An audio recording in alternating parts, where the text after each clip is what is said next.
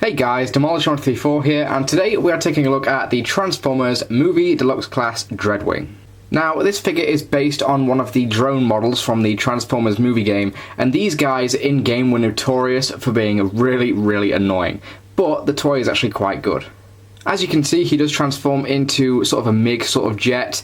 Very nice looking, very convincing. He's got some nice camo on the top there. A bit of underkibble, but honestly that's not too much of a problem because this little middle piece here kind of looks like it could be a missile launcher or something along the lines of that, so we can forgive it there. Nice Decepticon symbols on the wings. At the back here, he does have some flame missiles that do fire when you press the little pink buttons. Overall, I really do like this jet mode. It's got the seat moulded in there, you can't really see that very well. But yeah, very nicely done. Probably one of the better jet modes from the first movie line. He does kind of have landing gear, it's just these two little wheels here, and they sort of just, stand him up. They aren't very good, but I mean, at least he has some. For a quick comparison, here he is next to his repaint Overcast, just so you can see the differences between the two. Honestly, I prefer Dreadwing's camo scheme better, to be honest. I don't know, Overcast is really good, but I prefer Dreadwing, to be honest. Also, one last thing that I really like about this jet mode is that it's one of the few jets to actually have moulded thrusters in the back. Normally in Transformers toys that doesn't happen, but he actually does have moulded thrusters. So they are actually really cool. Okay, so to transform Dreadwing, first thing you're going to do is remove the missiles if you haven't already, because you are likely to fire them and they'll just go anywhere.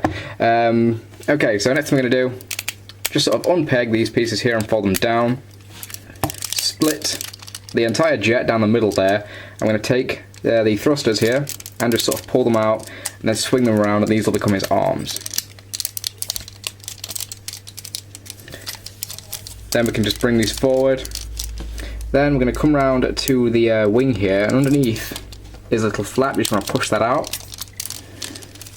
Push that out, and then we can flip the wings up. Just like that. Then I'm going to come round to the middle section here, pull this down, I'm going to rotate it around,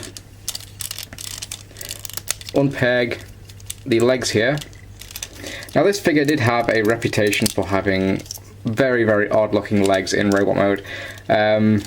I mean, you can probably already see them already. I mean, they are tiny. Next thing I'm going to do, just fold the arms down, flip the wing up here and rotate the arm around so the pink firing mechanism is on the front. Do the exact same thing on the other side, just rotate it around, flip up this wing, and then it's just a matter of bringing the head down and flipping up these little panels on the side of his head. And there is Movie Dreadwing in his robot mode. Now, I've got to say, this guy does have one of the weirdest yet coolest designs that I've seen for a while. Yes, his legs are really small and his arms are way oversized, but I kind of like him. He was one of my first movie figures back in the day. I had him and then I sold him and I've just bought him again. I really do like him. I've always liked this mold for some reason. Being a drone, he does have the drone head, just the lens sort of thing, not much more detail going on in there. He does have some really cool detailing in the torso there. He's got sort of the turbine kind of thing. Very cool looking. Paint apps on this guy are phenomenal. You can really see how newer figures really just aren't painted as well as they were back in the first movie and the classics line.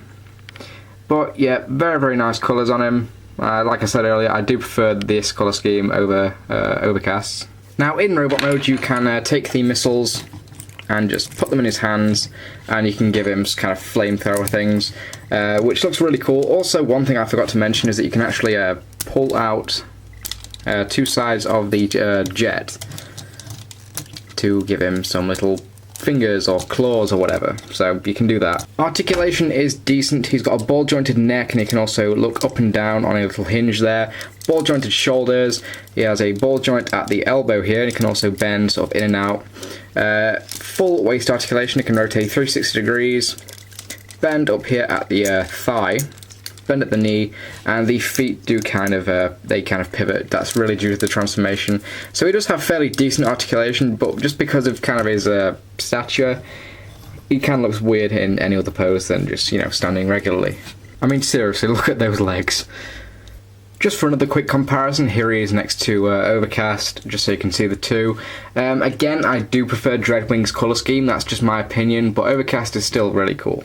Overall, I think that Dreadwing is a really cool figure and I do highly recommend him. You can pick this guy up on eBay for about $5, that's how much I paid for mine. There are quite a few of them, so I recommend checking out eBay.